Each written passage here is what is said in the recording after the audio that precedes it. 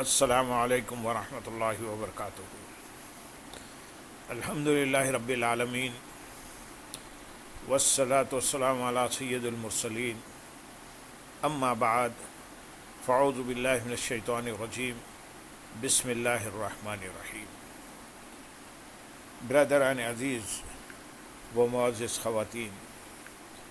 آج کی اس نشست میں سورۃ الروم کی آیت نمبر 53 سے آیت نمبر 60 تک تمام آیات کا ترجمہ و تفسیر پیش کرنے کی سعادت حاصل کی جائے گی۔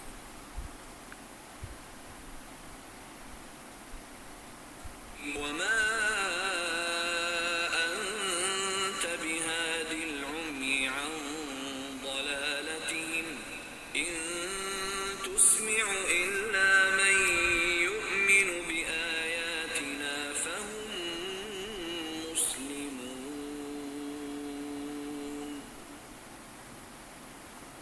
الله الذي خلقكم من ضعف ثم جعل من بعد ضعف قوة ثم جعل من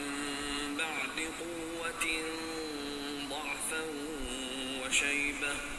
يخلق ما يشاء وهو العليم القدير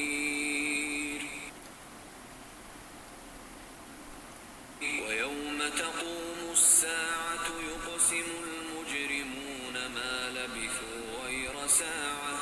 كذلك كانوا يؤفكون وقال الذين أوتوا العلم والإيمان لقد لبثتم في كتاب الله إلى يوم البعث فهذا يوم البعث ولكنكم كنتم لا تعلمون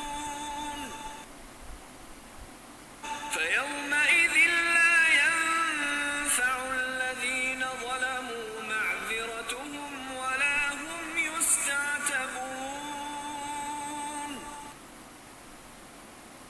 ولقد ضربنا للناس في هذا القرآن من كل مثل ولئن جئتهم بآية ليقولن الذين كفروا إن أنتم إلا مبطلون كذلك يطبع الله على قلوب الذين لا يعلمون فاصبر إن وعد الله حق ولا يستخفنك الذين لا يوقنون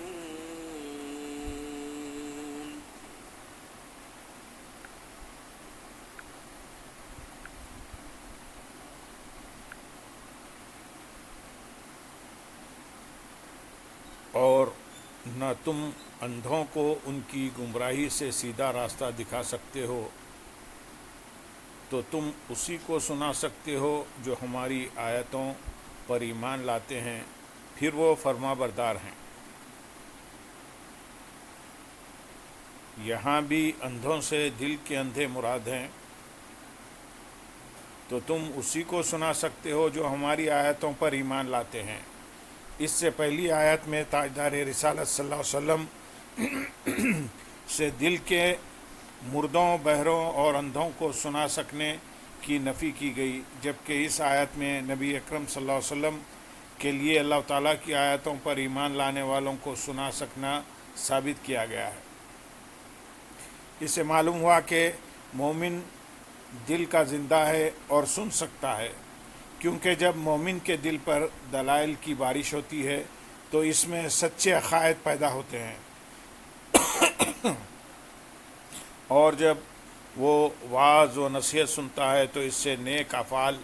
صادر ہوتے ہیں۔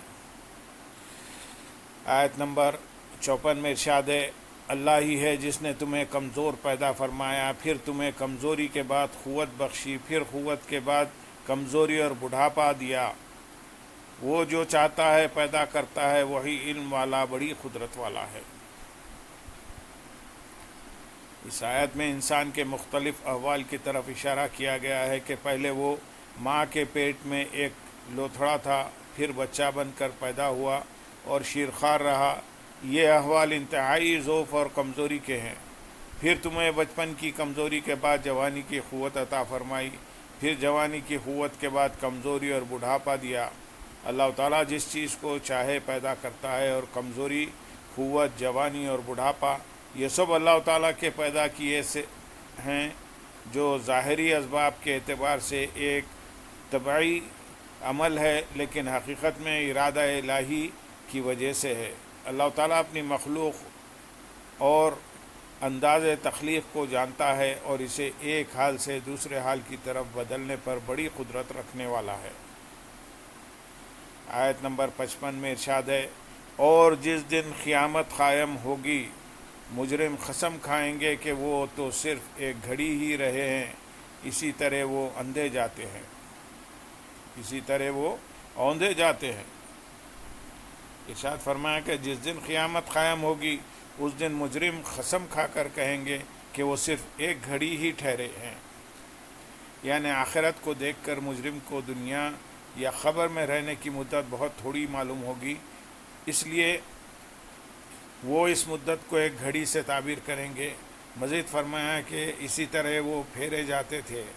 یعنی ایسے ہی دنیا میں غلط اور باطل باتوں پر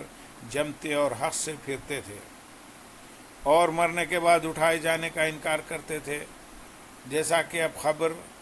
یا دنیا میں ٹھہرنے کی مدت کو قسم کھا کر ایک گھڑی بتا رہے ہیں۔ ان کی اس قسم سے اللہ تعالیٰ انہیں تمام اہل محشر کے سامنے رسوا کرے گا، اور سب دیکھیں گے کہ ایسے مجمع عام میں قسم کھا کر ایسا صریح جھوٹ بول رہے ہیں۔ آیت نمبر 56 میں ارشاد ہے، اور جنہیں علم اور ایمان دیا گیا وہ کہیں گے بے شک اللہ کے لکھے ہوئے میں تم مرنے کے بعد اٹھنے کے دن تک رہے۔ مرنے کے بعد اٹھنے کے دن تک رہے ہو تو یہ مرنے کے بعد اٹھنے کا دن ہے، لیکن تم نہ جانتے تھے۔ یعنی انبیاء اکرام علیہ الصلاۃ والسلام، فرشتے اور مومنین ان کا رد کریں گے اور فرمائیں گے کہ تم جھوٹ کہتے ہو۔ بے شک جو اللہ تعالیٰ نے اپنے سابق علم میں لوح محفوظ میں لکھا ہوا ہے کہ تم مرنے کے بعد اٹھنے کے دن تک وہاں ٹھہرے ہو، اور اب جہاں تم موجود ہو وہ مرنے کے بعد اٹھنے کا دن یعنی قیامت کا دن ہے،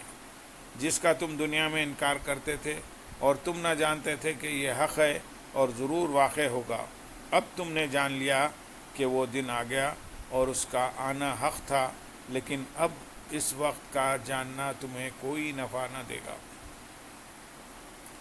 آیت نمبر 57 میں ارشاد ہے، تو اس دن ظالموں کو ان کا معافی مانگنا نفع نہ دے گا اور نہ ان سے رجوع کرنے کا مطالبہ کیا جائے گا۔ یعنی قیامت کے دن ظالموں کو ان کا معافی مانگنا کوئی نفع نہ دے گا، اور نہ ان سے یہ کہا جائے گا کہ توبہ کر کے اپنے رب عز و جل کو راضی کر لو، جیسا کہ دنیا میں ان سے توبہ طلب کی جاتی تھی، کیونکہ اس وقت توبہ اور اطاعت مقبول نہیں۔ اس آیت میں ان گناہ گار مسلمانوں کے لیے بھی نصیحت ہے کہ جو اپنی زندگی کے قیمتی لمحات گناہوں میں صرف کر رہے ہیں اور ان سے توبہ کی طرف ان کا دل مائل نہیں ہو رہا، انہیں اس بات پر غور کرنا چاہیے کہ اگر توبہ کیے بغیر مر گئے تو آخرت میں گناہوں پر پکڑ بھی ہو سکتی ہے، اور توبہ کا وقت دنیا کی زندگی ہے، آخرت میں توبہ کرنا کچھ کام نہ دے گا۔ لہذا انہیں چاہیے کہ اپنی زندگی کو غنیمت جان کر موت سے پہلے اپنے اعمال کا محاسبہ کر لیں اور اللہ تعالیٰ کی بارگاہ میں گناہوں سے سچی توبہ کر کے نیک اعمال میں مصروف ہو جائیں۔ کثیر احادیث میں اس کی بہت ترغیب دی گئی ہے، یہاں ان میں سے 3 احادیث ہم بیان کریں گے۔ نمبر 1، حضرت جابر بن عبداللہ رضی اللہ تعالیٰ عنہ سے روایت ہے، رسول اللہ صلی اللہ علیہ وسلم نے ارشاد فرمایا، اے لوگو، مرنے سے پہلے اللہ تعالیٰ کی بارگاہ میں توبہ کر لو اور مشغولیت سے پہلے نیک اعمال میں جلدی کر لو۔ دوسری حدیث حضرت عبداللہ بن عباس رضی اللہ تعالیٰ عنہ سے روایت ہے، حضور اقدس صلی اللہ علیہ وسلم نے ایک شخص سے نصیحت کرتے ہوئے ارشاد فرمایا کہ 5 چیزوں سے پہلے غنیمت جانو: 1 بڑھاپے سے پہلے جوانی کو، 2 بیماری سے پہلے تندرستی کو، 3 فقیری سے پہلے مالداری کو، 4 مشغولیت سے پہلے فرصت کو، اور 5 اور اپنی موت سے پہلے زندگی کو۔